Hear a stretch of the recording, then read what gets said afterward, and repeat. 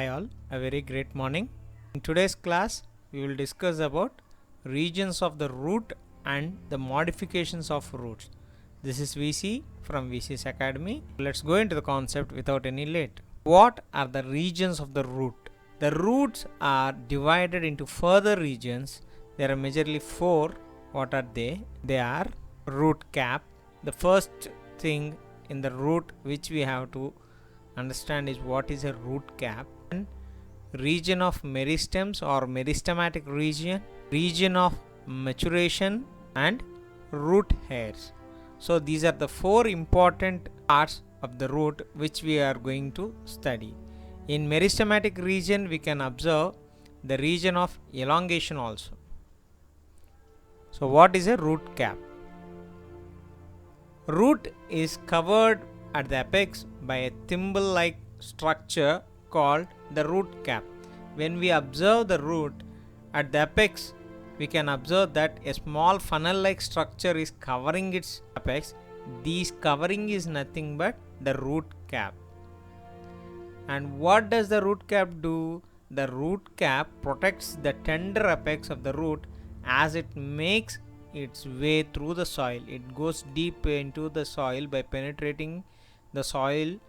So in order to not to get any rupture and all, the root cap will help the apex of the root. And next we have meristematic region. What is meristematic region? A few millimeters above the root cap, if we observe the diagram, we can see here we can see the region of cell division, that is nothing but the meristematic region. In this part the cells are very small and these are very thin walled and with dense protoplasm. And the main important thing is that they divide very rapidly, and the cells proximal to this region undergo rapid elongation and enlargement and are responsible for the growth of the root in length. This region is called root region of elongation. So in meristematic region, which part of the root is called as meristematic region? Few millimeters above the root cap, that region is called as meristematic region, and the cells in this region are very small and thin walled with very dense protoplasm. The nature of these cells are they divide very rapidly, and if you observe carefully, the cells which are proximal to this region undergo rapid elongation and enlargement, and these are responsible for the growth of the root in length. So the length of the root is because of the cells which are in the elongation region and meristematic region. So this region is called as the region of elongation. The region of maturation. So what is the region of maturation?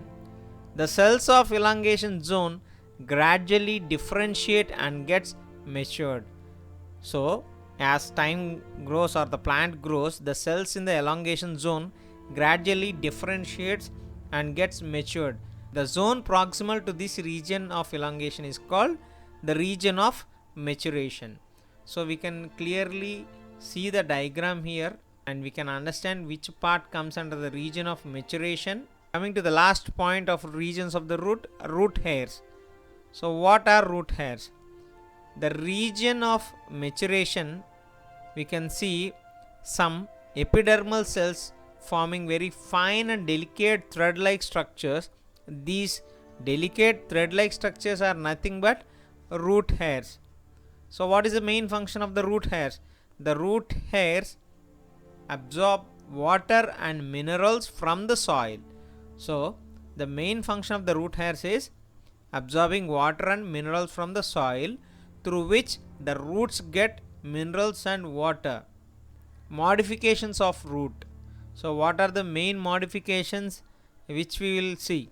In some plants, if we observe, when we talk about the modification of the roots, we can see that there is change in their shape and structure of the root, and these become modified to perform some other functions which are generally done as absorption and conduction of water and minerals.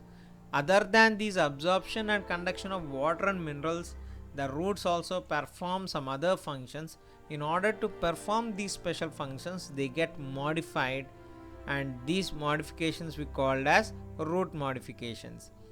The roots modify because or in order to store food and perform respiration as well.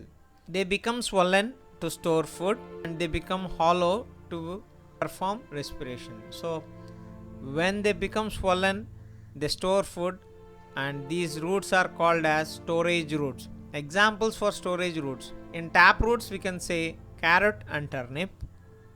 In adventitious roots, sweet potato. And in fibrous root we can say asparagus, which is also called as fasciculated roots. And what are the other examples of the storage roots? In some plants we can see the hanging root structures which support them, or the plant gets support with these hanging root structures. These root structures are called as prop roots or pillar roots. So prop roots or pillar roots are the roots which helps in supporting the plant. The best example for the prop roots or pillar roots is banyan tree. In some plants we can observe supporting roots coming from the lower nodes of the stem. When we observe some plants, we can observe or we can find that there are roots which are coming from the lower nodes of the stem. These supporting roots are called as stilt roots. So what is the example for stilt roots? Stems of maize and sugarcane. We can say that stilt roots are present in stems of maize and sugarcane, and these are arise from the lower nodes of the stem. In plants which grow on other plants, when we take an example of plants which grow on other plants, the adventitious roots are specialized to absorb moisture from the atmosphere. So the adventitious roots are specialized to absorb moisture from the atmosphere that plants which grow on another plants. So that type of roots are called as epiphytic roots or annulated roots. So epiphytic roots or annulated roots are the adventitious roots which are specialized to absorb moisture from atmosphere. This example is vanda. The adventitious roots in some plants arise from the nodes or internodes in plants having weak stems in order to help the plant in climbing by penetrating the cracks of the support. As the plant grows through the support, these adventitious roots which arise from nodes and internodes penetrate deep into the support so that they can give support to the plant and the plant can grow tall. So such roots are called climbing roots. So what is the example? We have money plant as a best example, and there are some other type of adventitious roots which stick firmly to support by secreting a cementing gummy substance. So we can see the roots which support the plant by secreting a cementing gummy substance for support and to grow.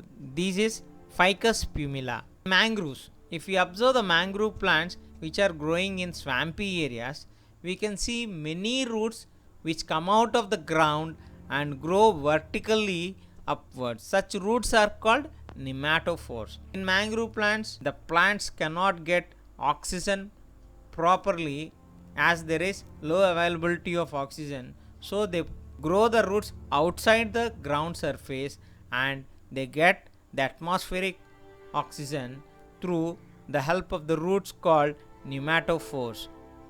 We can call these roots also as breathing roots. Example, Rhizophora and Avicennia. The roots mainly help in getting oxygen for respiration. So that is why these roots are also called as respiratory roots. We can say that not all plants are able to prepare their own food, but some plants steal food and water from other plants. So such plants are called as parasitic plants. in parasitic plants. So parasitic plants produce haustoria, which are root-like structures. So we can categorize parasitic plants into incomplete parasites and complete parasitic plants. So what the haustoria function will help and how the adaptations in this plant or the roots will help the plant. In incomplete parasitic plants, the haustoria roots are sent to the xylem of the host plant to get water and minerals. As I have mentioned earlier that the root-like structures, which are the modifications of the plant roots, and these haustorial roots helps in getting water and minerals from the xylem which are incomplete. Example, Viscum and Striga. If you talk about complete parasitic plants, the haustoria roots are sent to both the xylem and phloem in order to obtain water and food from the host plants. So not only water but the food also is absorbed through the haustoria roots in complete parasitic plants by absorbing it from xylem and phloem. So the haustoria roots are sent deep into the phloem and xylem so that it can obtain both the water and food materials from the host plant. What is such example? Such examples are Cuscuta and Rafflesia. These are about parasitic plants and the modifications of root-like structures in them. Coming to the Fabaceae family. So we have a very special group of plants where we can see symbiosis with bacteria called Rhizobium, which inhabits in the root system of the Fabaceae plants. So why the Rhizobium is inhabited in the root system of Fabaceae plants, or the roots are modified to give habitation for the bacteria, is that they can fix atmospheric nitrogen by forming nodules. So the root gets modified into nodular roots so that they can give the habitat for the bacteria, and in return the roots can get the atmospheric nitrogen gets converted into nitrates which are helpful for the plant growth. Such roots are called nodular roots. Example is Pisum, Medicago, Trifolium and Vicia.